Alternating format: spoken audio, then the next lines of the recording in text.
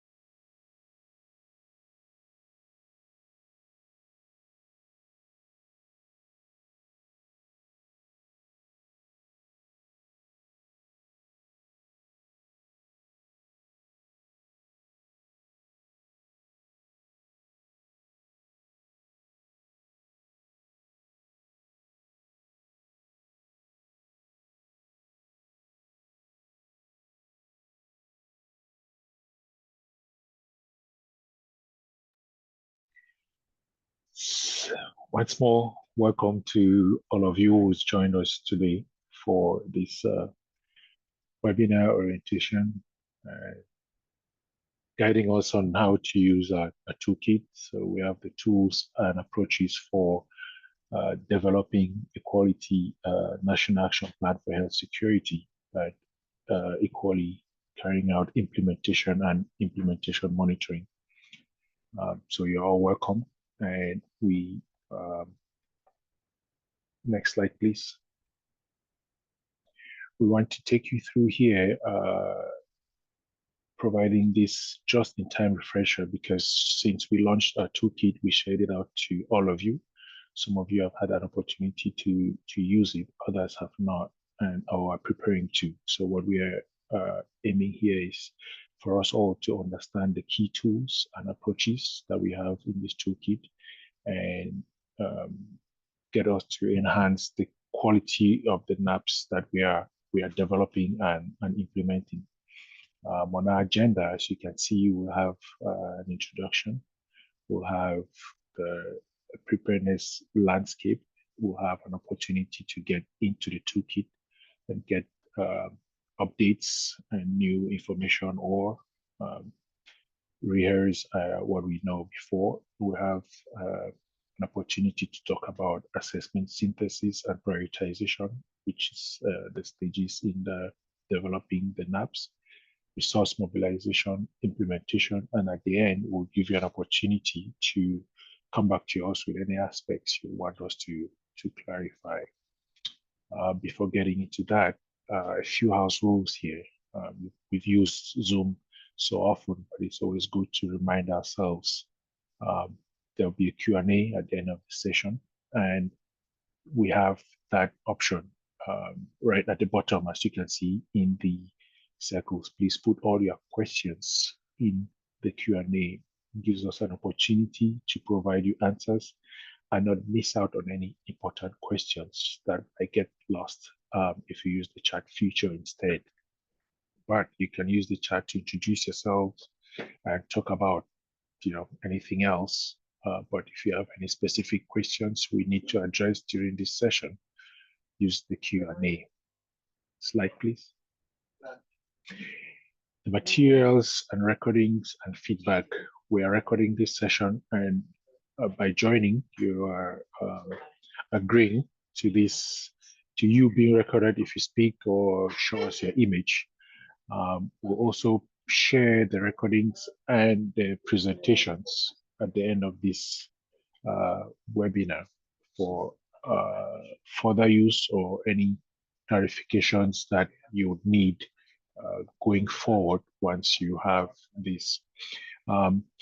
That said, we'll set the stage for our webinar, and we are on the platform with various facilitators, and we'll give an opportunity for you to get to know one of our very, very close partners with whom we develop the toolkits. We work together in some of your countries, and hopefully they'll get to add more of the other countries as they support Afro in the implementation of the Naphs toolkit. So I'm going to give an opportunity for our colleagues from Resolve to Save Lives to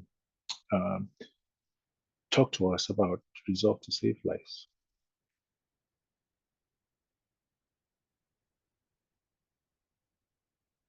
Julie?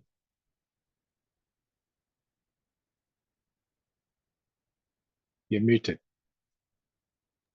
Sorry, Roland. I think this is actually over to Rianta. Good. Go ahead. Thank you very much, Julie. And thank you very much, Roland, for that introduction. We are very glad that we could be here today to co-facilitate this session alongside our WHO Afro partners, which, as Roland mentioned, we've worked together very closely in the past to put together the Naphs toolkit, and now to bring these refresher sessions to our countries. So just to give you a little bit of a background on Resolve to Save Lives, the organization was founded in 2017 by Dr. Tom Frieden, who is a former director of the US CDC and was the director of CDC under the Obama administration. RTSL essentially has two major, pardon me, has two major goals, really to reduce and prevent 100 million deaths from cardiovascular disease and to make the world safer from epidemics. And as is natural, the work that we do with Afro on the Naphs toolkit really fits into that second pillar around prevent epidemics.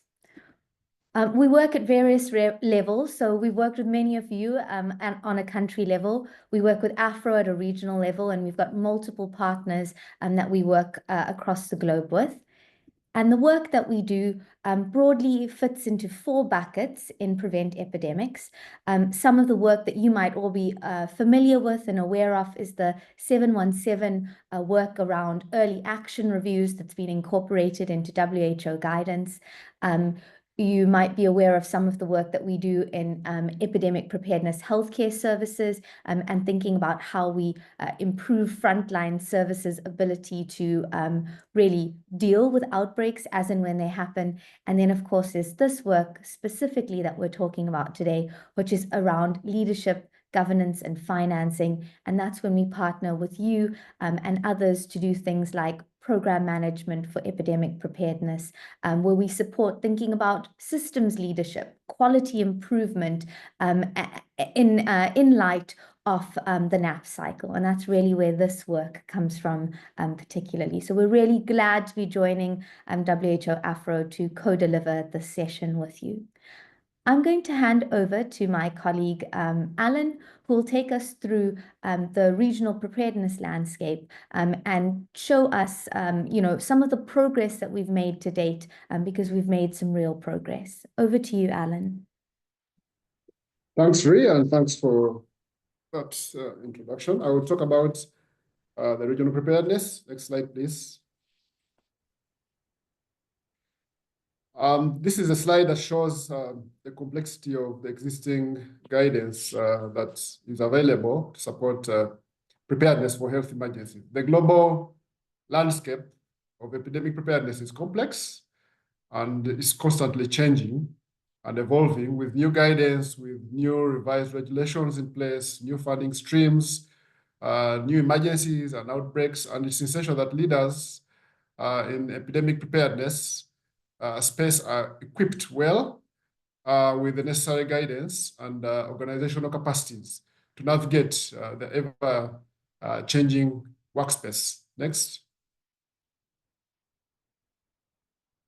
So when we talk of emergency preparedness, we are familiar with what we call IHR core capacities. The guidance is that for a member state to be effectively prepared to respond to public health emergencies, they have to strengthen their IHR core capacities. And you are familiar with this. These are classified based on the different thematic areas. We have core capacities under the prevent theme that is majorly targeting preventing and reducing the likelihood of outbreaks and other public health emergencies and hazards as defined by IHR. We have the second category of detect, which basically supports member states to be able to detect threats that can save lives. And then the third one is responding.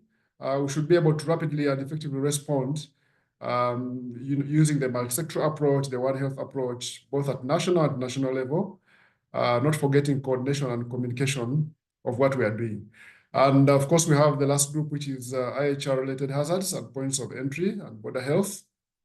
These basically are other capacities around what we are dealing with. And in most cases, if countries are not, do not have emphasis on this, we tend to neglect them. So we have points of entry and border health. We have chemical events. We are seeing a lot of chemical events coming up and of most recent radiation emergencies. Next. Now, to strengthen our IHR capacities, this is done through what we call the National Action Plans for Health Security.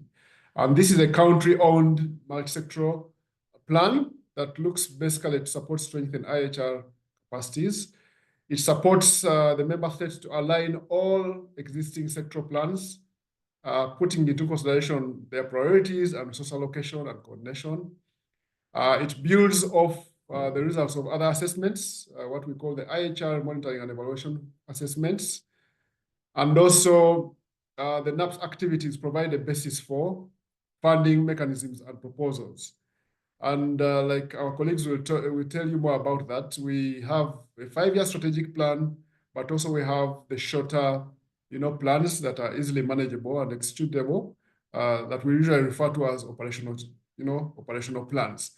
And at a global level, we are guided by what we call the strategy for National Action Plan for Health Security, and the current one is ending in 2026. And all these resources can be, accessed online and on different websites. Next.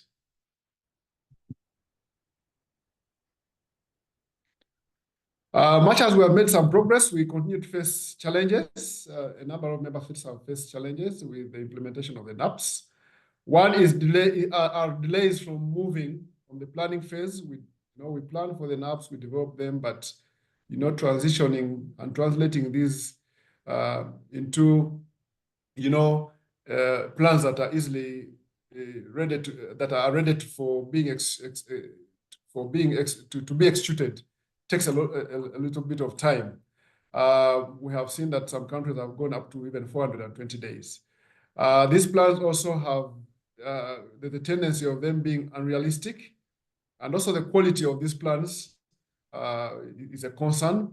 We have issues around inconsistent systems of accountability and quality improvement, and also limited opportunities to ensure that we align them with the different financing and planning cycles. Next. Now, much as we have these challenges, there's some progress and opportunities around of how the member states can go around these bottlenecks. And one of them is a new guidance to streamline the processes. And that's why we have come up with the Naphs toolkit that we are going to really emphasize on during this session. Emphasizing prioritization and operational planning. We are moving away from having a 5-year strategic plan to having shorter plans, of 12 months, of 18 months, up to 24 months. These are easy to sell to donors, but also they have very clear activities that are easily implemented. Availability of tools to track and implement performance. This remains a big challenge, as most of you are aware. And like our colleague said, we have new tools like the 717, in addition to other performance improvement tools. And also intentional integration and alignment with existing financing mechanisms and existing, frameworks that are available around the context of the member states. So this is how we are trying to go around the bottlenecks that have really affected the implementation of the national action plans for health security. Next. This is the last slide as part of my presentation, and this basically shows the different countries that have implemented the Naphs and the JEE. We have some countries that have already completed and launched the Naphs following the second round of the JEEs, and we have those that have costed the Naphs but are yet to develop the national action plans. I mean the operational plans that are extracted from the 5-year strategic plan. So this we shall share with you, and you'll be able to appreciate the progress so far made by the teams that are supporting the different member states. I think I will now hand over to our colleague, Dr. Ree, who is basically going to go deeper and provide an in-depth explanation of the existing tools, but also what it takes to have what we call a quality Naphs. Over to you, Dr. Reed. Thank you very much, Alan, for taking us through the regional landscape and really highlighting some of the challenges, but also the opportunities for progress that the Naphs toolkit can help countries harness and leverage. Colleagues, this is an opportunity for you to really get involved and make this session as interactive as possible. So I want you to look at this diamond that you see on your screen. It is a phenomenal diamond. Maybe it came from Jwaneng diamond mine in Botswana. Maybe it's from South Africa. Maybe your country is laying claim to this diamond. Wherever this diamond came from, look at its cut, look at its color, look at its clarity. It is a beautiful diamond. There are many things that contribute to this diamond being of high quality. It has many facets. And much like a diamond has many facets, a quality Naphs has many facets. So I want to ask all of you, and we'll wait for the Slido to load. If you can take a few seconds to scan the QR code that you're seeing, or go to slido.com and put in the number that you see, the #37 number, and tell me, what does a quality Naphs look like to you? And if technology is not on your side with the Slido, then please put it into the chat. We want to know, what does a quality Naphs look like to you? So there's facets of a diamond like cut and color and clarity, but for Naphs, what are those features? What are those facets that make it a quality Naphs? And for those of you who don't want to put it into the chat, please feel free to come off mute and tell me what you think a quality national action plan for health security might look like. I love that. We've got the first one, that it's actionable. That's really powerful. A risk-informed and capacity development plan. So really that it needs to be built on some of the assessments that have come before it, like the STAR and VRAM and other risk assessments that might inform what actions we do. Relatable, that's interesting. Well prioritized. We're going to talk a lot about well prioritized today. Evidence-based prioritization. That's really powerful. For those of you who are putting these answers out, if you want to share some of your thoughts on what those answers are, please come off mute and share. Informed by JEE scores, yes, absolutely. We need to take into account the very many different assessments, the JEE being one of the most important. Country-owned, beautiful, collaborative work. And by collaborative work, I'm assuming that colleagues are meaning multidisciplinary, so really thinking about this One Health approach to health security, but also multi-sectoral, looking beyond just the public sector. Funded, that's a beautiful one. Any other words when you're thinking about it? Multi-sectoral, I see that coming out. We've got quite a few really powerful thoughts that are coming up. I am going to give it one more minute and then we'll move on to some of our definitions of quality, but it's been really powerful to see your definitions of what a quality Naphs is. And I think you've pulled out on all the important things. Monitorable is a really interesting one that I'd missed at first, but very important as well. So when we define a quality Naphs, there currently isn't a standard definition, but there are these 5 facets that US CDC actually developed when we think about a quality Naphs. And this is the fact that a Naphs needs to be feasible and costed. It needs to be logical and systems oriented.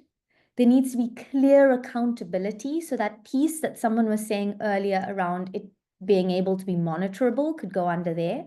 Multi-sectoral or collaborative, and monitored. So these are elements that can help us understand what quality for a Naphs might look like. And the beauty is that the WHO Afro Naphs Toolkit gives us tools to really think about all of these different elements of quality. It gives us ways to think about how to cost a Naphs. It gives us ways to think about how to develop a well-prioritized, actionable Naphs that's logical, where we move between strategic actions and detailed activities in a thoughtful way. It gives us tools regarding Naphs monitoring, like trackers, and it helps us to think about the different stakeholders that we need to have present in the development of our Naphs so that it can be truly multi-sectoral. So the toolkit does a lot to try and facilitate what might be a quality Naphs experience. Thank you all for getting involved and for sharing your thoughts on the Slido. It's very clear that you all have given a lot of thought to what makes a quality Naphs. So let's get into the toolkit. The first part of the session is really just a bit of a refresher on the toolkit, recognizing that most of you have already gone through the WHO Open Naphs course on the Naphs Toolkit. And for those of you who haven't had the opportunity to, we'll pop that link into the chat, but please make sure you do take the opportunity, because what this session is doing is building on that knowledge and going a little deeper into the tools. But some of that base background knowledge around the IHR monitoring and evaluation framework has already been covered in that Naphs online course. So the Naphs implementation toolkit really builds on this concept of being a country-owned piece of Naphs assessment, development, and implementation. So really what we heard people speak about in the Slido around it being country-owned is very important. The Naphs toolkit was developed in partnership with WHO Afro, WHO HQ, US CDC, and Resolve to Save Lives. And really, it is as a result of piloting with 22 countries, trying to understand what works, what would be feasible, what would make sense to develop a high quality Naphs. And the idea is that it's supposed to help member states to move through the stages of assessment, planning, and implementation, that to address some of the challenges that Alan highlighted earlier on, some of the common missteps that countries might experience. The Naphs toolkit is to help you to try and navigate those difficult processes and come together with a high quality Naphs at the end. So we're really curious, how many of you have used the Naphs toolkit? Again, please scan the QR code or go to slido.com and pop in the number that you're seeing there, the hash number. Or alternatively, simply put into the chat, have you used the Naphs toolkit? Have you seen the Naphs toolkit? This is something interesting that we want to know from all of you. Okay, so we're currently 50-50. I'm going to give you all a little bit more time. I want to get a gauge of who we have in the room and how experienced you are with the Naphs toolkit. So I'm seeing a lot of people, the majority of the room, having used the Naphs toolkit, which is fantastic. And that means you're all the experts and you're going to correct me and teach me as I go. Amazing. I'm seeing lots of no's in the chat, which is really interesting. Okay, interesting. So actually the answer is majority of people in this room haven't used the Naphs toolkit. Well, hopefully by the end of this session, we're going to get you to the point where you're feeling a little bit more comfortable with the Naphs toolkit, recognizing that many countries are finishing up their JEE, their second JEE, and will go into the Naphs development process now, and hopefully leverage the Naphs toolkit to help you expedite the process and deal with some of the challenges. So let's move in. Thank you very much, everyone, for getting involved. Let's move into really what's at the core of Naphs development. And this is something that Alan spoke about earlier. There are really two pieces when we think about a national action plan for health security. There are really two sets of documents we're thinking about. The one is a strategic Naphs. This is a multi-year Naphs. Often we talk about a 5-year Naphs, which really outlines at a high level what the goals or objectives are in strengthening the 19 technical areas or the 19 IHR capacities. This 5-year multi-year plan is really a value add when it comes to budget advocacy, so both domestic and partner financing, and it can generate buy-in at a high level. But we know that strategic plans, whilst really powerful, have their limitations and sometimes can sit in the planning phase, and we struggle to see how we can get it actionable and implementable.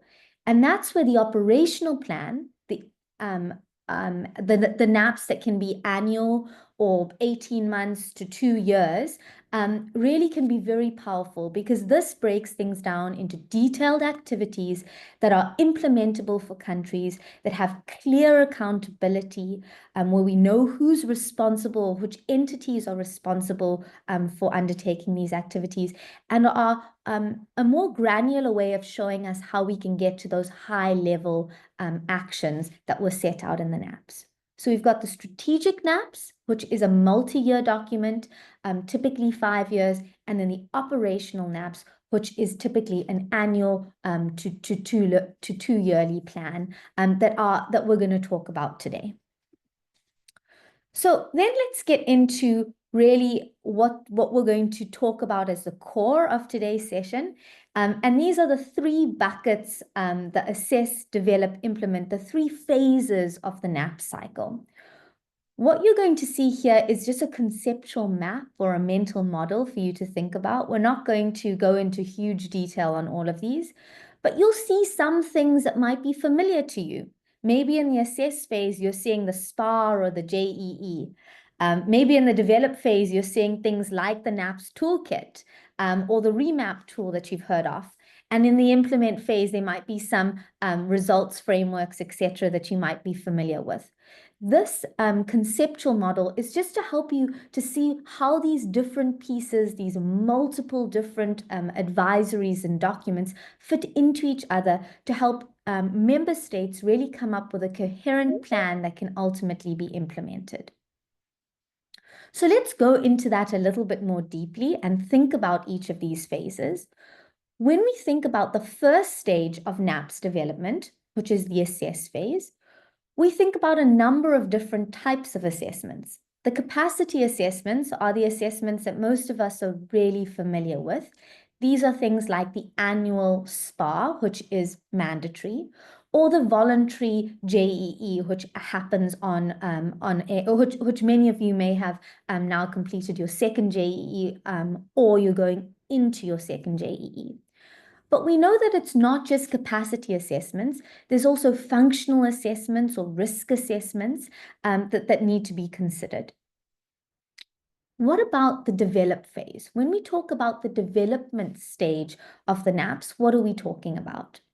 We're talking about things like leveraging the WHO benchmarks, which we'll talk about a little bit later, but is a powerful tool that can be adapted by countries and used to help generate your Naphs.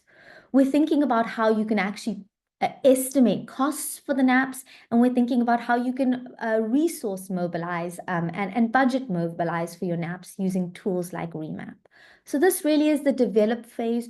We're going to spend the majority of this webinar talking about this develop phase, recognizing that many countries are going into it having just finished their second JEE.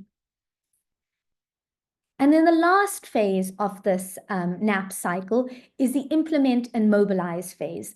And this is the recognition that once you've gone through the assessments and you've developed your Naphs, it's really important to translate that document into the real world through active implementation and active monitoring.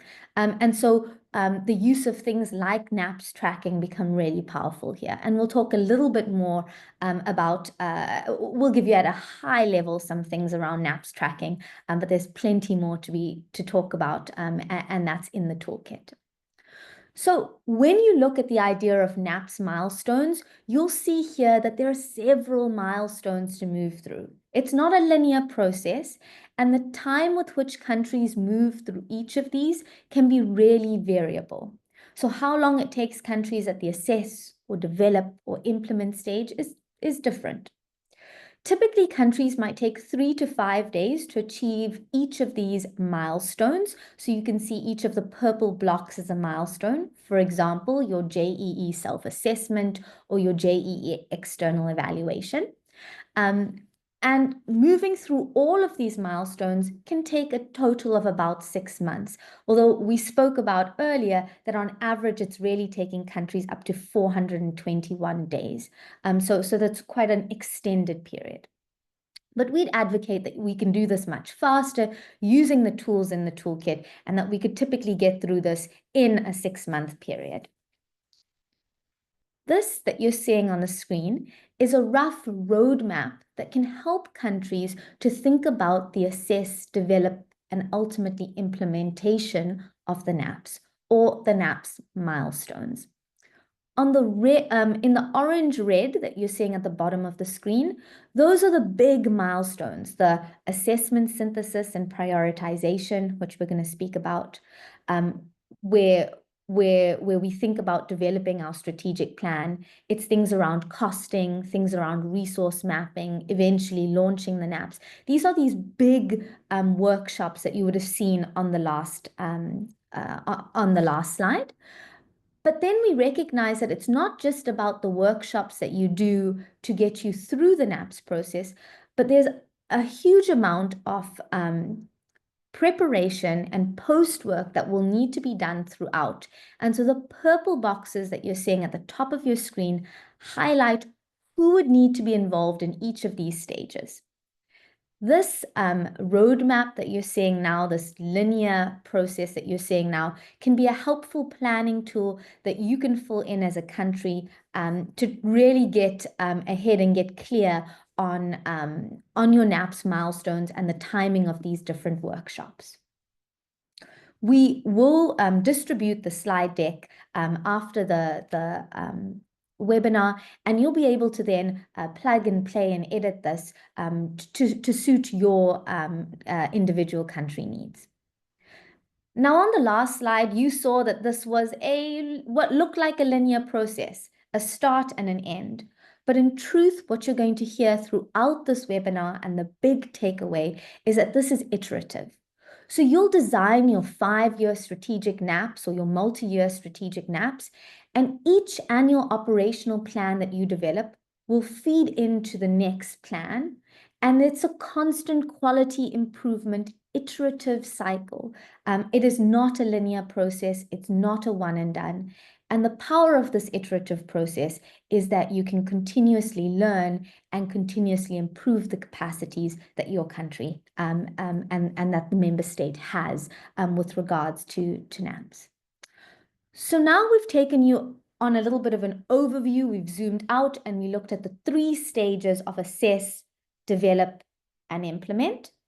And what we want to do now is want to focus in on the develop stage. So assuming you've gone through, you've done your SPA, you've done your JEE, there's a number of other assessments, functional and risk assessments that you might have done. And now you're at the point of developing your Naphs. Well, let's zoom in and talk a little bit more about that. So at the development stage, it's important to remember a really good principle. Has anyone here heard of the Pareto principle? Pop it in the chat if you have. Anyone heard of the Pareto principle? I'm going to explain it to you, so fear not. The Pareto principle is this concept that 20% of the effort often results in 80% of the results. So these aren't strict, ratios. They aren't fixed percentages, but it's often that, for example, 20% of the planning can cause 80% of the project success. 20% of the bugs or errors that we incur can cause 80% of the problems that we ultimately experience when we're trying to implement. So it's this idea that often it's the small things that we do that have the biggest impact. And the reason this is important is because it helps us to recognize the importance of prioritization. We need to be able to say, what are the low-hanging fruits, the high-impact things that we can do that's going to be that 20% of effort that could result in the 80% of result, that could really move us forward in terms of our IHR capacities, move us forward in terms of our assessments, and really get us towards that higher JEE score that we want, or more importantly, protect our communities and prevent outbreaks and epidemics. So being able to carefully prioritize helps us get to this point to identify what is the 20%. The other thing we want to say before we move into really going into the process is that getting clear on this 20% and being very clear on what our priorities are is incredibly important, because if we have too many priorities, if we want plans that are 500 plus activities long, we know realistically that those don't often get implemented, they don't often get done. So having too many priorities often means we simply have no priorities, and that can really be a hindrance to us moving forward with implementing our NAPs. So with that in mind, the assessment, synthesis, and prioritization process follows these 3 steps that we're going to go through in a little bit more detail, but this slide helps us to really think about it.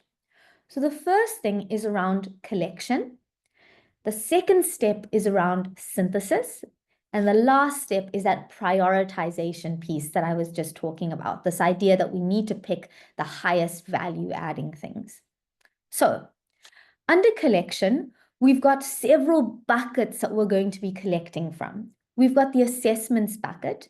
These are the capacity assessments that we spoke about earlier, like the JEE and the SPA. They are the functional assessments, like the early action reviews and 717, the after action reviews, the functional assessments that you've done, like the SIMEXs, and then also the risk-based assessments, like the STAR and the VRAM. So you might have assessments that you will collect recommendations from, because we know that many of these assessments will explicitly label recommendations of how you can strengthen your capacities. Then you've got collection of the IHR benchmarks that you can pull in. And we'll talk a little bit more about the benchmarks in a bit and how they will need to be adapted and contextualized for the country, and not just a copy paste, but how the benchmarks can be leveraged to really pull some recommendations. And then, of course, if you have had a NAPS previously and you've got some amount of monitoring, whether that's a formal monitoring tool or any amount of progress reports, activity reports that you've had on your NAPS, that you can pull some of that implementation data. And so these are the 3 buckets that you will collect recommendations from. Ultimately, you'll pull those recommendations in and you'll synthesize them. You'll remove any duplicates, you'll remove any redundancies, you'll rewrite them to make them a little bit more clear, and we'll talk about some of the best practices around how to bring clarity, and then you'll go through prioritizing them. Now, perhaps the most important thing on this slide is the 2 things right at the bottom, which reads strategic NAPs and operational NAPs. And these are some of the recommendations that are in the NAPS toolkit around what are best practices for the strategic NAPs. So for the strategic NAPs, what we want is to prioritize well. We need around 1 strategic action per indicator per year. That means that our strategic NAPs should not have more than 280 strategic actions for the 5-year period.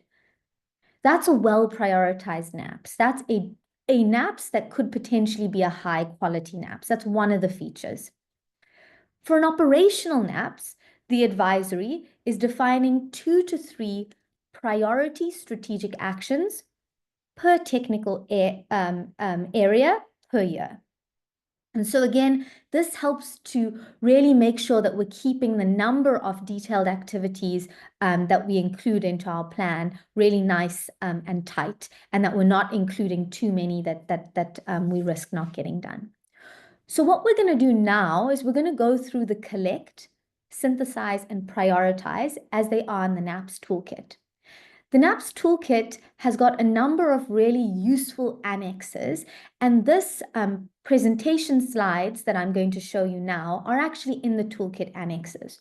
So if you're organizing a workshop in which you're doing your NAPS development, you can use these toolkit annexes and collect your recommendations here, where, for example, you'll specify the indicator, you'll put in the recommendation, you'll put in where you got that recommendation from, and you would do this per technical area. In this collect phase, the idea is not to change or do anything with the recommendation other than to pull it into one central place. So remember earlier we spoke about the idea that you can pull in recommendations that aren't just recommendations for from the JEE or recommendations from things like CIMEXs, but you can also leverage the WHO benchmarks. This is a really good example here taken from Uganda, where they use their 717 bottleneck analysis. And they were able to generate from this bottleneck analysis on 7 days to detect, 1 day to notify, 7 days to respond. They were able to look at a number of clear recommendations that they could pull out from this bottleneck analysis and pull it into their Naphs development process. So you'll see here that this is a really good example of using an early action review to inform some of the recommendations that you might include in your National Action Plan for Health Security. And then, of course, there's the beauty of being able to integrate the benchmarks in. So the WHO benchmarks tool is a tool that many of you will be familiar with. Some of you might not be. If you see the link on the website over there, and we'll put that link into the chat as well, you're able to go to the benchmarks and you're able to select whether you want to look at the SPA or the latest JEE. And you're able to look at what the current scores are in that assessment, as well as what you hope the score to be for an annual operational plan or for a 5-year strategic Naphs. And the WHO benchmarks will pull together out of 1,300 specific actions that they have. They'll pull together the required actions for you to move, for the country to move from a level 3 to a level 4 or whatever the level you're at now and the level that you've requested to move to. Now, we want to just highlight here that the benchmarks can be really powerful and useful. They can be a thinking tool, but they really need to be contextualized. So it's not simply about copying and pasting them, but we really need to think about the country context and prioritizing them for the country context when we use the benchmarks. So a powerful tool that needs to be adapted as you put them into your National Action Plan. But the benchmarks can also be used. So you'll see here, this is the template again for collect. You might have pulled in your JEE recommendations. You might have pulled in your 717 or your early action review recommendations and your WHO benchmark recommendations. And ultimately, you'll end up with something like this. That's just a collection of all the different recommendations that you have across these 3 buckets I described earlier. From there, you move on to stage 2, which is synthesizing.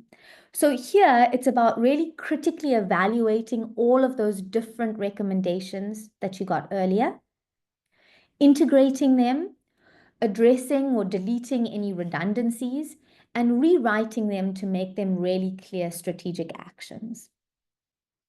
Again, what you're seeing here is actual annexes or actual PowerPoint slides from the WHO toolkit, so from the Naphs toolkit.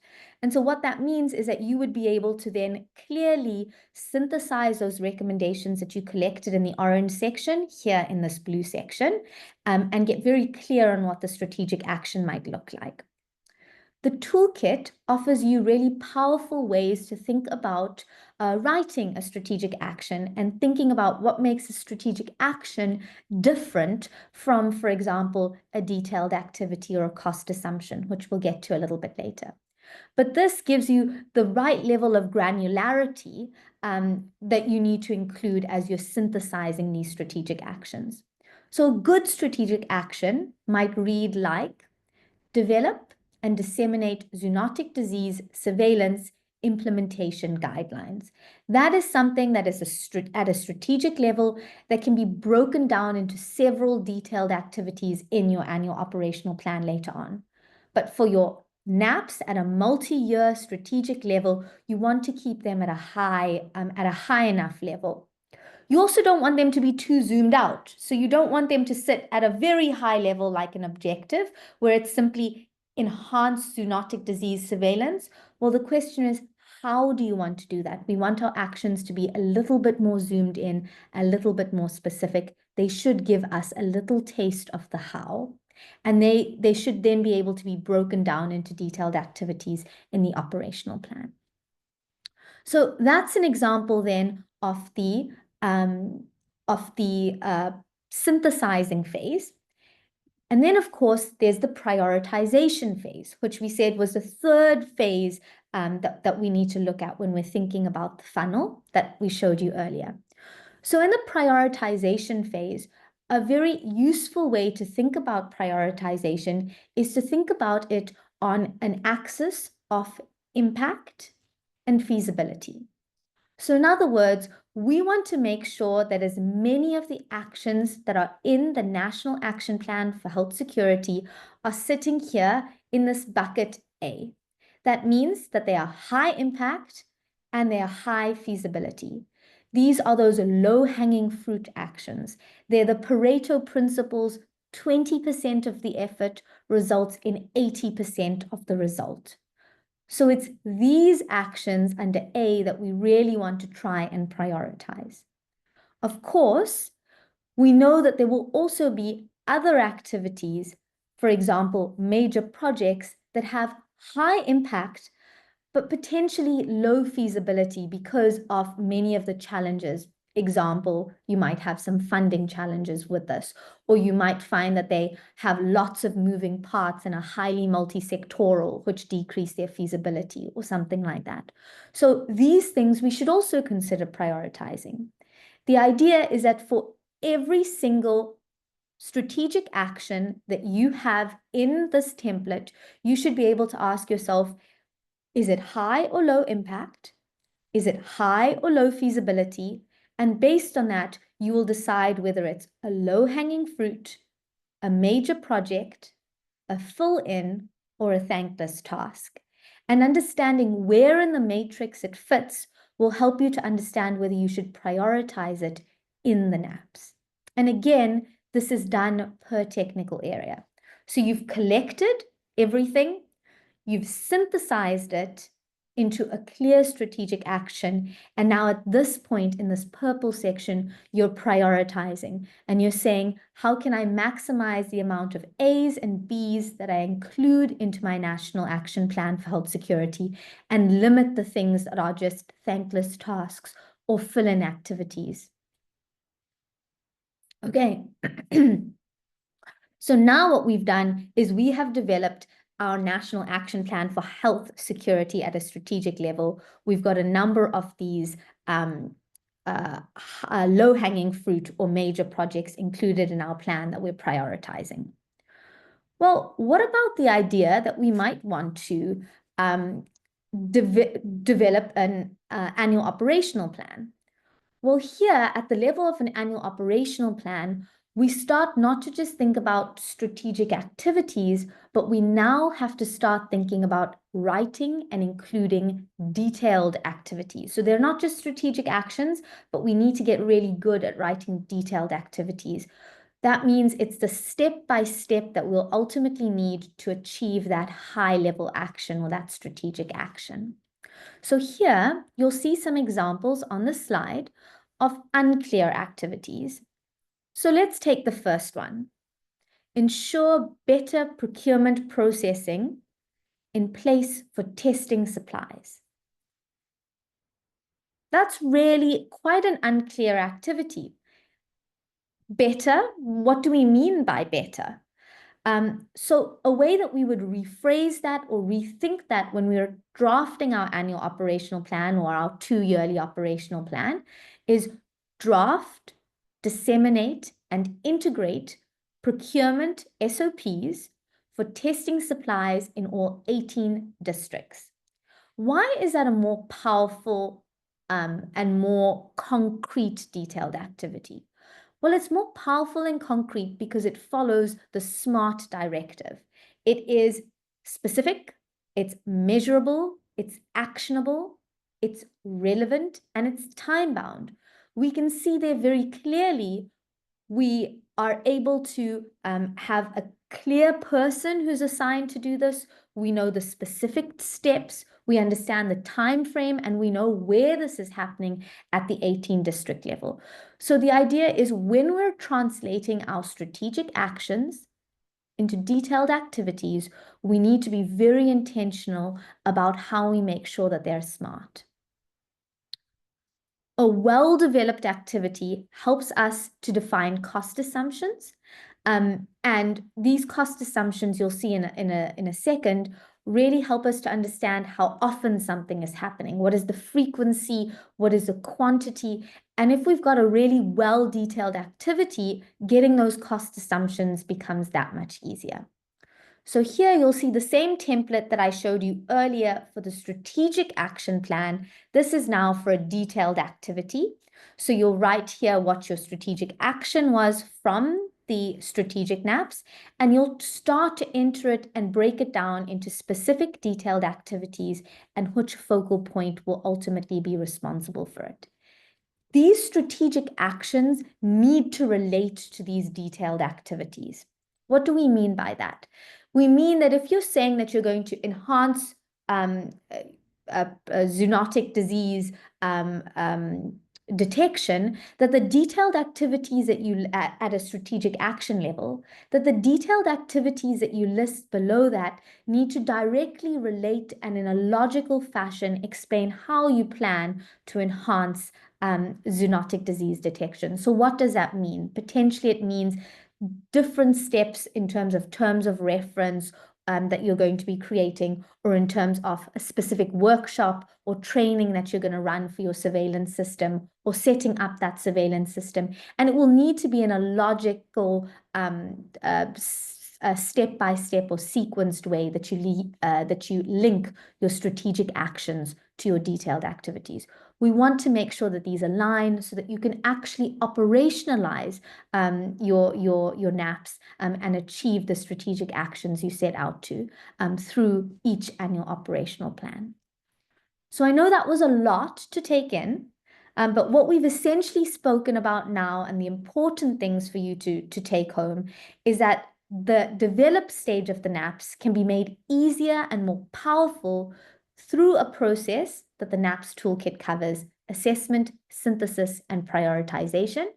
And that there are tools in that toolkit that can help you go through for both the strategic Naphs and for an annual operational plan on how to really assess, synthesize, and prioritize, and how to make sure that for an annual operational plan, you're writing quality detailed activities, and for a strategic Naphs, you're writing quality strategic actions that relate to each other. So that's the take home there.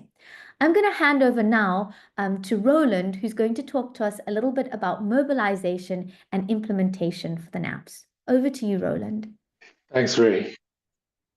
Yes, so we've gotten to a point where we have our Naphs, right? We've done the synthesization, everything. We have our Naphs, but then we need to determine, do we have resources to implement our Naphs? Next slide. That's where we need to come to a costing, right? So we have all these activities. We need to determine how much it costs. And if any of you have done this exercise before, you know that it's pretty demanding. But we have to do it, because if we don't know how much our plan costs us for its implementation, we might assume many things in the financial realm, which is not real. So we really need to have an estimate of the financial costs of our Naphs for its implementation, but it can also be a basis for prioritization. We might really need to do something when we do the prioritization at the beginning, but then we realize that it's going to cost us more than what we have now. So it might not figure in our year one operational plan for financial reasons. Then we'll then need to identify those gaps, and then we'll need to start thinking, okay, we'll not do it this year, but we really need to do this thing sooner than later. Where do we mobilize resources to fill the gaps? So this slide is showing us a little bit how do we get around and why do we do costing. Basically, you need to know what your plan will cost you. You need to know what you have, and is it going to be a priority now or something you need to look for resources later to do that? Which takes us to the next slide. The costing is an iterative process. You might be able to determine the cost of something immediately when you have your plan in front of you, but you might also get to a point where when you reprioritize, it's not just about putting the activity for later, it's also about rethinking your detailed action. Is there something that I could do for less? Is there something that I could take or do it at no cost? So all of those activities, this thought process make us get to the point where we need to understand that whatever we're doing in terms of our costing process, it's not linear. And the next slide is going to bring that up for us. Another click, please. Yes. So what the resource mapping exercise that we do here is we finished our costing, and then we do the remap. What the remap is mapping the resources available. And sometimes we think of it mostly in terms of financing, but it's also human resources and various aspects, determining who is responsible for what, which partners, what's the government's contribution. In fact, what's the government putting forward? Because then it's in Naphs is country owned, right? So what is the government bringing forward to the table? What are we missing? And in the things that we're missing, these gaps, do we have partners who have these areas as their priority and they're in the country or outside the country? Do we have other players in the private sector that can jump in here and help us mobilize new resources? So this iterative process, using the remap, doing the costing, coming back to the remap will bring us to the slide you are seeing in front of us. At the end of the day, you have a dashboard for your country that will show you what you have in terms of resources, what portion of your total Naphs is being borne by the government, what other portion is borne by partners, and who are these partners, where are the areas that they have as their interest. Right? We use this platform for trainings, guidance, and of course, resource mobilization, which is a key feature for determining the implementation of our Naphs. We really need to understand here that it's multi-sectoral. When we're talking about the government, I didn't say Ministry of Health or something like that. I talked about the government, which means that all arms of the government that are involved in health security need to be identified. And you can see if you, when you get to planning, if you have not done so yet, you'll see that even in the tool, we ask for responsible officers, responsible authority, right? It means that you could determine Ministry of Agriculture or Health and other sectors that are involved. We need to bring them to the table so that we are all on the same page when it comes to resource mobilization and implementation of the Naphs. Slide, please. Now, the application of the remap to the work we do, right? It's we get, first of all, you need to have your Naphs. If you don't have a Naphs that developed and costed, it's difficult for us to do mapping of your resources. So you need to have your Naphs. We collect the Naphs from the country, and then we upload into the platform that we create specifically for each country. And when we have that, we configure that platform. We get people from the country and show them how it works. And at the end of the exercise, We also collect this configuration. We identify from the information that you have who you already have as funders. And then you get to a point where we need to collect more data to complete some of the tables and forms that we have. So what that country focal point, as you can see at the bottom of the slide there, you are coordinating the stakeholders, you are managing the data. We need country person to be able to do that. When we do follow-ups and try to analyze results that we've obtained from this process, we need that country focal person, country office, and at the level of the government that will liaise with WHO at the three levels in order to complete this exercise.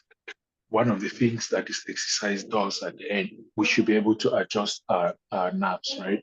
So you see this iterative process coming back. So we've done the iteration in the costing. We're doing it again after resource mapping because it helps us change our priorities. We can delay because the funds is coming from somewhere, or we can determine that it's the benefit of an activity is too small for the cost of implementing that activity. So all of this exercise happens, and that's when we have that dashboard that we showed in the previous slide. We get us all of this data into that dashboard for each of your countries, and it makes the difference. Next slide, please. So if you look at the budget cycle, this is very rudimentary, but it explains for us what we are looking at, the opportunities that we have when we do the remap. What do we do with the product from that remap exercise? One of the things we need to identify for our countries, where do we take this information to? When, right? So if you're looking at when we're preparing or formulation of laws during the approval processes, there are several entry points for us to bring in advocacy for mobilization of resources for Naphs implementation. That's just what this slide is trying to show us here. So if you finish your remap, the results, that dashboard, you should be able to show it at every opportunity you have, whether it's in a Ministry of Finance meeting or you're supporting the formulation of some new laws and things like that. You should be able to have opportunities. And each time you do monitoring of your Naphs implementation, you are equally documenting, and you can do this resource mapping exercise as frequently as you need to. Why? Because the financial platform, financial environment in each country can change really quickly, especially when it comes to partners and other donors from the private or public sector. So that information is necessary to update as frequently as possible so that you don't miss out on newcomers or the fact that you've lost a donor and you are still hoping that next year, oh, they'll still be there, we got money from this person and they are there, but you need to be able to conduct this exercise annually or as often as necessary, depending on the environment in your various countries. So I'm going to summarize here by saying it is important that after you cost your Naphs, you conduct the resource mapping exercise with the tools that are available from WHO in order for you to identify the resources readily available to you within the country, from the government, from the partners, and also identify the gaps and initiate as soon as possible advocacy mechanisms to fill the gap. So that said, I'm going to stop here because we're going to look into how we monitor, right, our Naphs implementation. And I'm going to hand this over to Renata. Thank you very much, Roland. And so what Roland took you through was really the an important part of mobilize, implement, where we think about budget advocacy in a really careful way by performing things like remap, so resource mapping, to really be able to adequately advocate for the budget we need, both domestically and from partners. And what he's very rightly taken us forward into is that next phase around implement. We could spend the next hour and a half talking about implement, but instead we're going to spend the next 5 minutes talking about it. But this is an incredibly important part of the Naphs process, and often a part that we're still learning and growing and haven't perfected yet. So what you're seeing in terms of screenshots on this slide is screenshots from the annexed WHO tracker that is inside the toolkit.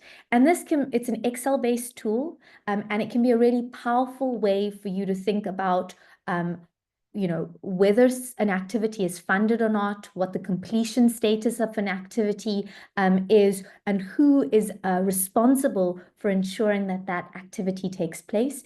And the toolkit or rather the tool that's annexed in the broader Naphs toolkit, the tracker that's there, it is a really useful thing. We'd encourage countries to play around with it once they've developed their Naphs, and it can help be that third bucket that when you develop future Naphs, you now have strong implementation data. What went well, what went poorly, what activities are we good at implementing, and how can we get better at implementing those ones that are stuck. So this is important. But the core of implementation tracking really thinks about three things. So I told you about the tool that you saw on that in the screenshots, but there are two other really important things. And I'd love to hear from all of you if you have any thoughts on what those other things might be. So the tool is one really important piece. What else might be important with effective implementation tracking? Give it some thought. What are two of the other important legs of the stool that mean that we can have effective implementation tracking and monitoring?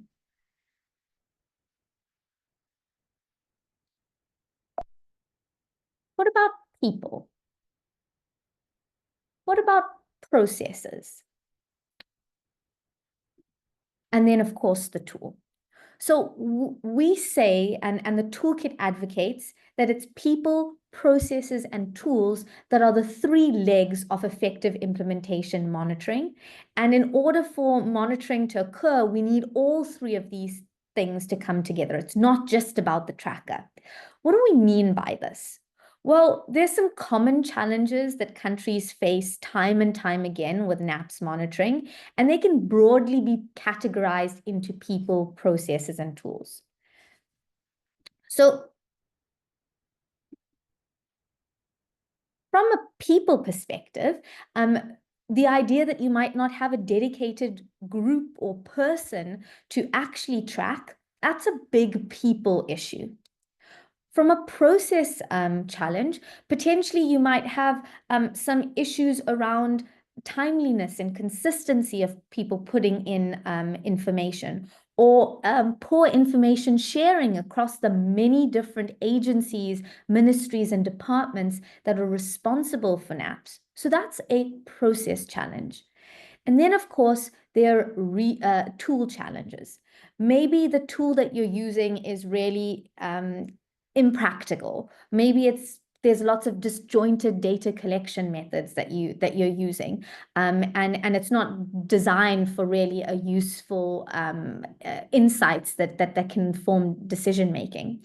So we know that there are these three big buckets that challenges typically come in when it comes to implementation monitoring. And so with that, we recognize that trying to improve implementation tracking, we need to address the people challenges with things like having a dedicated person or team that's undertaking Naphs monitoring, being really clear around assigning a lead institution for each and every activity that's in an operational plan. And by making sure that the tracker itself has focal points that are responsible for updating it. And what that might look like in each individual country context will differ. But those are some of the people things that we know are best practice. What about at a process level? Well, at a process level, important for Naphs tracking will be clarifying the roles and responsibilities of all those involved. It will be really centralizing or deciding what data collection method you're going to use. Is it going to be a centralized method? Is it going to be a more distributive method? And getting really clear on what those processes might look like through something like a standard operating procedure. And then getting very clear on the tool that you want to use. There are a few tools out there. We showed you the really powerful tool that's within the Naphs toolkit that is an Excel-based tool. And you need to think about what other, what do you need out of the tool? Do you want to modify any of the columns that are in the tool? How can you make sure that that tool is fit for purpose? So from a people, processes, and tools perspective, there's some really clear things that you can do to try and support quality Naphs monitoring. So I'm going to give you an example of a monitoring process. And you'll see the same colors that you've been seeing before. So you've got a Naphs coordination team that, for example, might encode all the activities in the tracker. So they might put all the activities into the tracker. They might sensitize all the stakeholders to the use of the tracker, and they might train users and provide access to the tracker, maybe the full tracker or maybe the dashboard, depending on the country's needs. So that might be the people and the processes for this particular country.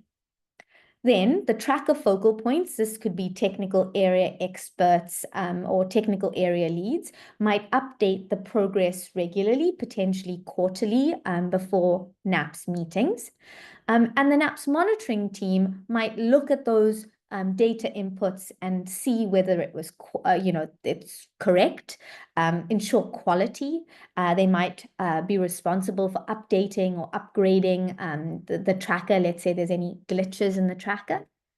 And then we might have the technical officers or management people who are involved in the Naphs process, ultimately looking at the dashboard and using that to analyze any gaps, to determine what the bottlenecks might be, and to use the data for decision making, to use it in reports, to use it in meetings, to use it to guide the next annual operational plan.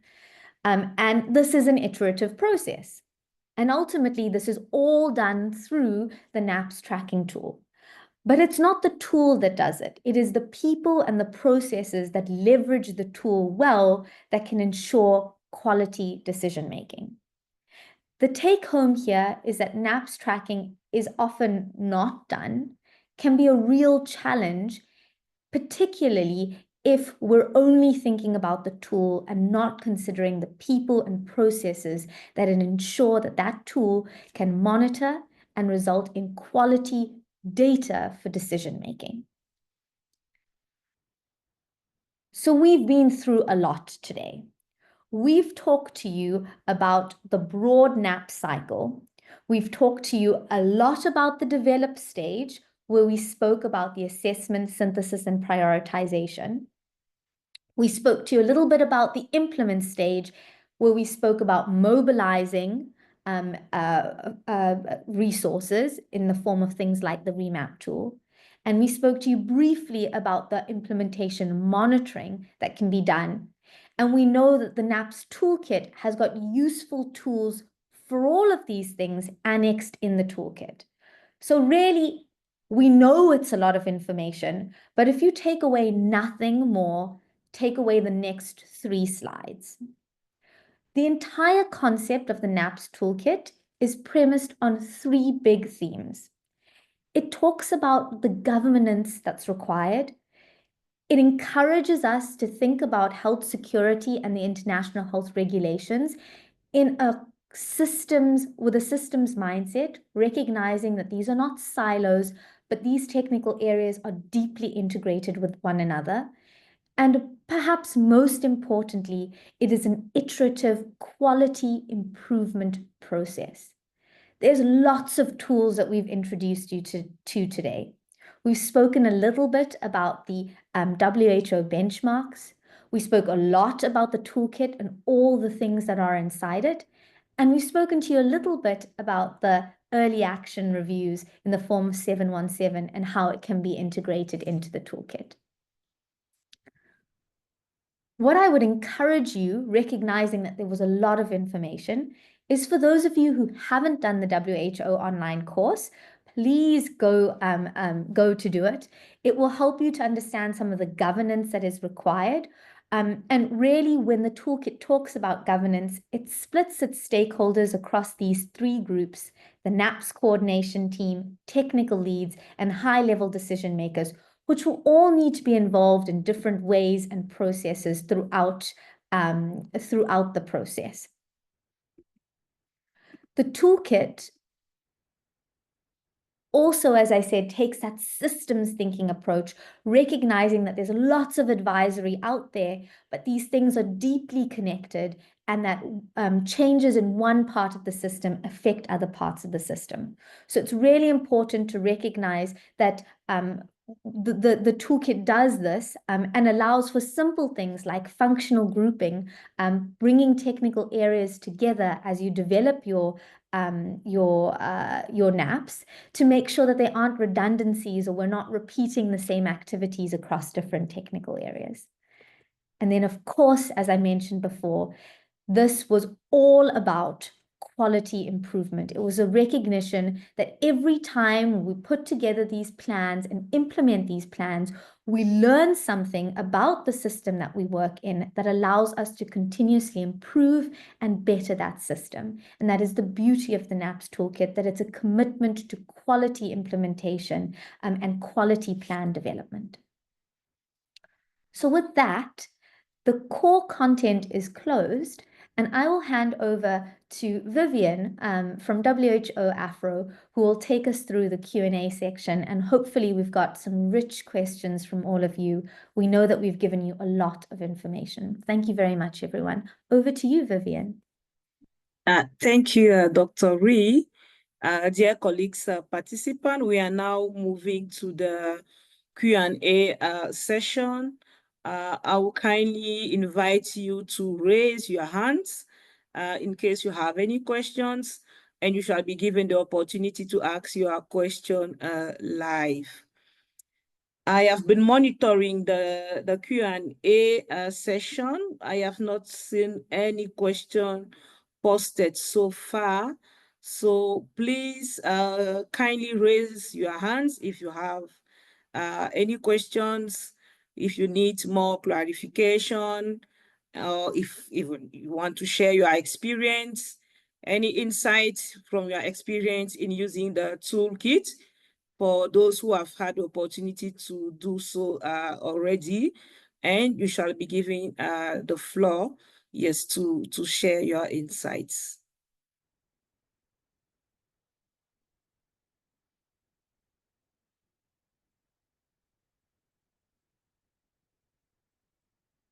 So far, I can't see any hand raised.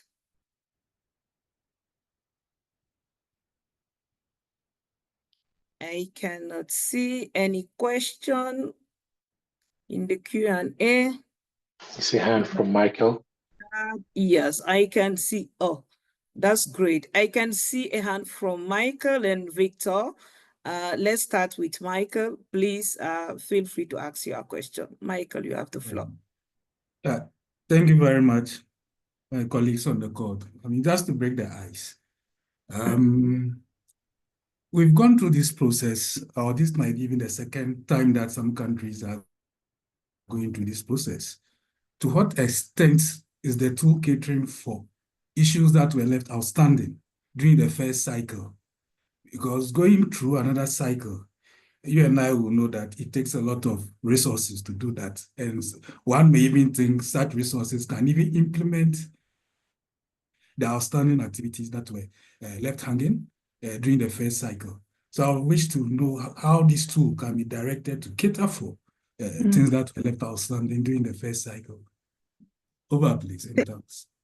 Yeah, thank you, Michael, for your question. Facilitator, please note it down. I will suggest to take the three hands, then we move on to the answers. Victor, do you want to come in? Please feel free to ask. Yeah, the question is for my colleague Ian. We are together. Ian is going to ask. Yeah. Okay. Yes, yes, thank you very much. So I wanted to know your guidance in terms of the target for the J indicators. For example, if a country is at a certain indicator, you are at level 1 or level 2, what target would you advise countries to put? Because when I looked at the benchmarks tool, when you download the sample plan from the benchmarks tool, it assumes that you should have a minimum of 4, a score of 4 for each indicator. So even if you're at level 1, they assume you want to go to 4, and that will determine the number of activities that you can be able to have. Which means if you are scoring 1 in the J indicator and you want to go to 4, you have so many activities.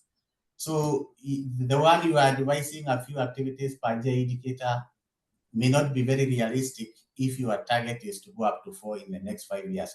What is your advice regarding your target if you had a score of 1 or 2 or 3? Maybe you can highlight there. Thank you.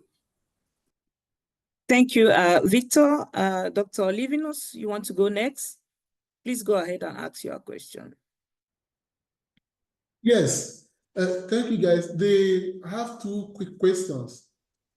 One, most strategy documents have longer times of implementation. Is there any specific reason for this short 2-year plan for Naphs? It takes a lot of energy, a lot of resources to put together, and then the short period of glass span, I was thinking it can be more longer than 2 years. Second, not only a question, but an appeal to Afro HQ team. Most times in the countries, it's a bit difficult to fund Naphs. Yes, it's easier to say, talk to parliament and let them know about the.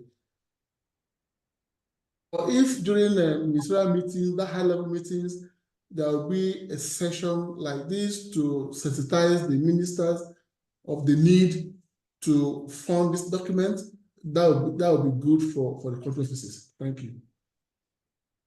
Thank you, Dr. Livinus. So, facilitator, please, we have 3 questions.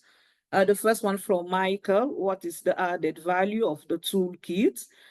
We are aware of all the challenges that the countries had in developing the first generation Naphs. So what is going to be, what is the toolkit going to bring different to really help country better navigate the development process?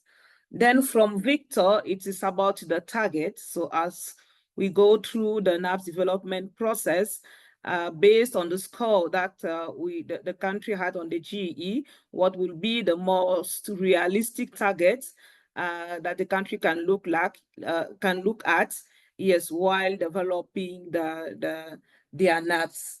Then from Livinus, yes, so it's about the timeline or the duration of the Naphs. So given the extra efforts that is being required to develop the Naphs, what is going to be also the added value of having a 1 to 2 year Naphs compared to the 5-year strategic Naphs?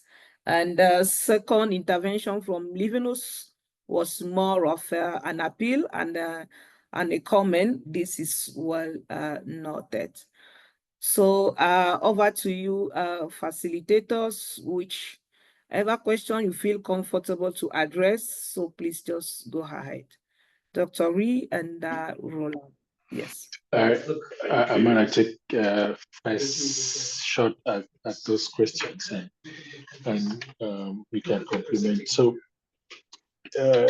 Mike, I understand your question, and if you saw Alan's presentation, he talked about the challenges, right? We identified some of the challenges in the process of developing this toolkit. I can speak to a few. We had 5-year strategic documents, and this will probably answer part of Levinus' questions as well. We had 5-year Naphs, but it was too big for us to go through with. And in the process of developing that Naphs, it was compartmentalized in some cases, so it was not multi-sectoral, and some partners didn't even take part in that process. The current tools we have the strategic Naphs 5 years, but we have tools for you to use to break down this big 5-year plan into pieces, like Ray said, of 12 months, 18 months, 24 months, and do that systematically until you cover your 5-year strategic map. So we are not saying you should stop doing a strategic maps, but once you do that, out of that 5-year plan, come up with something that you want to do now. And each year you come back to the table and say, okay, we finished that, or this is what is left from the previous year. We take a few more from the strategic and keep going. So that's the value we're adding here. Another thing that we didn't do in the past was systematic monitoring of our implementation. So we couldn't get to a point where we could identify that what we've actually been doing for the past year or two is contributing to our Naphs, because we didn't have that moment in time where we stopped for assessment. This toolkit is giving us an opportunity to do systematic Naphs monitoring and reviews so that we can that's the iterative process we talked in the planning. Finally, even the tool that we're using for planning, and Mike, what you used, I don't know, 2017, it's very different now. It's a lot easier, more comprehensive, but easier to use, and it's available in an Excel tool that and located in the toolkit in such a way that tool takes away. You can download any of those tools and make them very useful to you. And I want to come back again before I interrupt here, is that prioritization exercise. It's something we didn't emphasize very much in the previous phase, but it's really, really key to our Naphs processes this time around. Yes, we take note of the fact that we need to speak more when we meet with our high-level donors at regional or HQ level about Naphs implementation. So we take that recommendation and we thank you for that. I'll stop here if anybody else wants to take. Thanks, Vivian. Yeah, thank you, Roland. Dr. Ree, do you want to take the questions on the target? What is the most realistic targets? Absolutely. I'm happy to take Victor's question on the target, and colleagues from WHO, please feel free to step in and add on this. So the benchmarks tool allows you to set the target that you want. In terms of targets that we recommend, to be realistic, in an annual operational plan, it is unlikely that you will move more than one JEE target. So whether that's a 1-year plan, an 18-month plan, or a 2-year plan that you're choosing as your operational plan, your short plan with detailed activities, it's very unlikely that you will move more than one JEE area score. So you can go into the benchmarks tool and you can actually change your target so that you're moving, your aim might be to move by one in each of those areas. And in making sure that you're only moving by one score, you will limit the number of activities. So that's one thing. In terms of for a strategic action plan, which is the 5-year or the multi-year plan, depending on how long you're taking the time horizon, but typically we talk about a 5-year strategic plan. There you might want to consider moving to JEE areas. And I welcome Roland, Alan, and Vivian's comments on that as well. And there, if you want to consider, it would be the recommendation would be maximum 2. And it's quite ambitious to say that you're going to move from a 1 to a 4. In fact, I would say it's probably not being insightful, or you may be not prioritizing adequately if you're trying to move from a 1 to a 4. So these are incremental gains, we know that. So we would say 1, the target for an annual operational plan, we move by 1. The target for a strategic plan, you could look to move by 2. But the most important point I want to make here is that your technical area experts and leads understand the context and the nuance of their country better than any standard regulation that or suggestion that we can have. But I would say that so defer to what the technical area thinks is appropriate and realistic as a target. That would be my sort of last piece on that. So that's targets and advice for countries when using the benchmarks, just to make sure that you can actually go in and you can set those as appropriate. Roland, Alan, Vivian, do you want to add to that? Yeah, just one sentence here. The benchmark document is not an instruction manual. It's a reference document. Just one thing we need to bear in mind. Over to you, Vivian. Yeah, thank you, Roland. To add, yes, on what Dr. Rianta and Roland said, I think it also depends on the type of activity.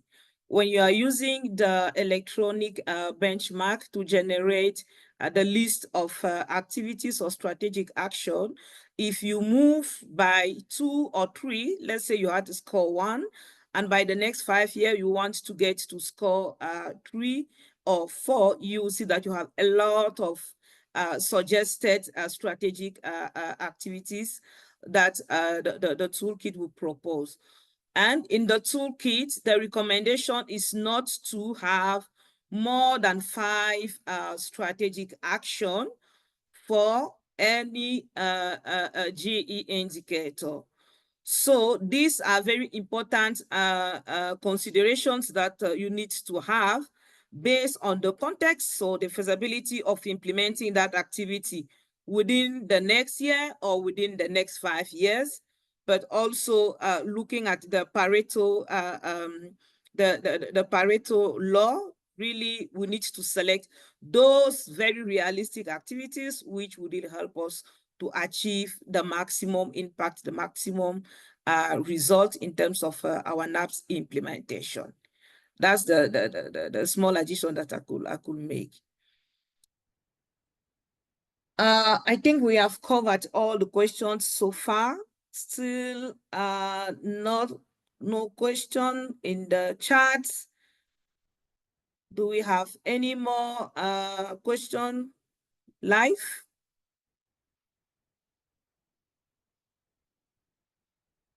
I can't see.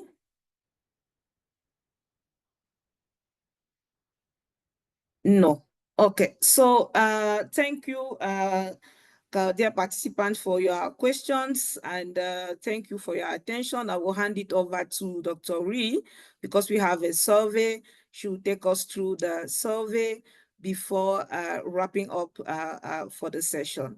Back to you, Dr. Rianta. Thank you very much, everyone, and thank you for your questions. The post survey is up on the screen now, and we'll put that link into the chat. If you can scan, it will take you to a Google form, and we know that we're stealing 3 minutes of your time, but we would request you to please take the time to fill that out. It helps us to make sure that these trainings are what you need, so that we can make sure that the next session that we do for country member states is more powerful, more useful, and more in line with what you need. So please follow the link, scan the QR code, and take the 3 minutes to answer the few questions that we have. And thank you again for your time, and we wish you all the best on the important work that you are doing, and good luck on your Naphs journey.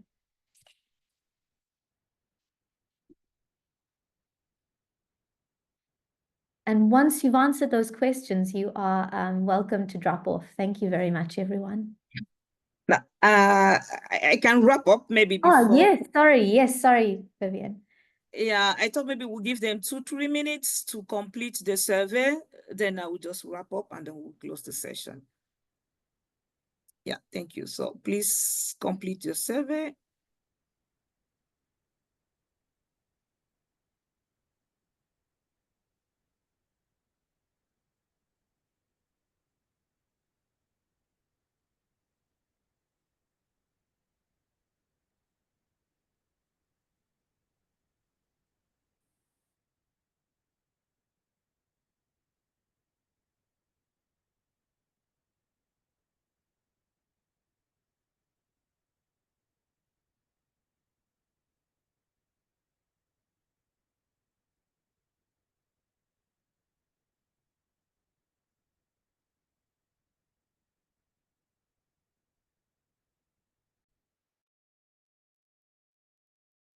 I think that maybe we can just wrap up since I guess most of the participants already have the survey opened. So even after the session, you can still complete the survey. So to sum up, I would like us to remember that the health security landscape is very complex and also very dynamic. The Naphs implementation toolkit provides an opportunity for countries to better navigate that complexity, but also to develop quality Naphs based on the clear prioritization approach. Cost estimates and resource mapping are critical to identify existing resources, but also the funding gaps for the Naphs implementation. And also very importantly, monitoring and evaluation is key to ensure effective implementation of the activities in the Naphs, but also to strengthen accountability mechanism. This is the take-home message that I would like us to remember after this training. So that being said, I would like to thank you all for making time to attend this first training on the Naphs and the Naphs toolkit. I would like to thank you for your active participation. Also want to thank our partner, Resolve to Save Life, who continuously work in close collaboration with WHO at global, regional, and country level to support countries in the development and implementation of their Naphs. I wish you all a wonderful end of the day. Thank you again, and we hope to see you soon. Okay, goodbye. If you completed the survey, so please feel free to drop off the call. Thank you again and goodbye. Thank you. Thank you. Bye-bye. Thank you. Bye-bye. Mhm.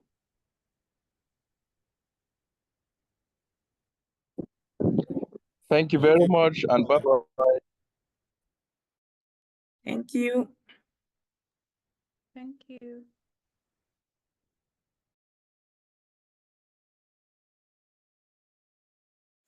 Thank you. Bye.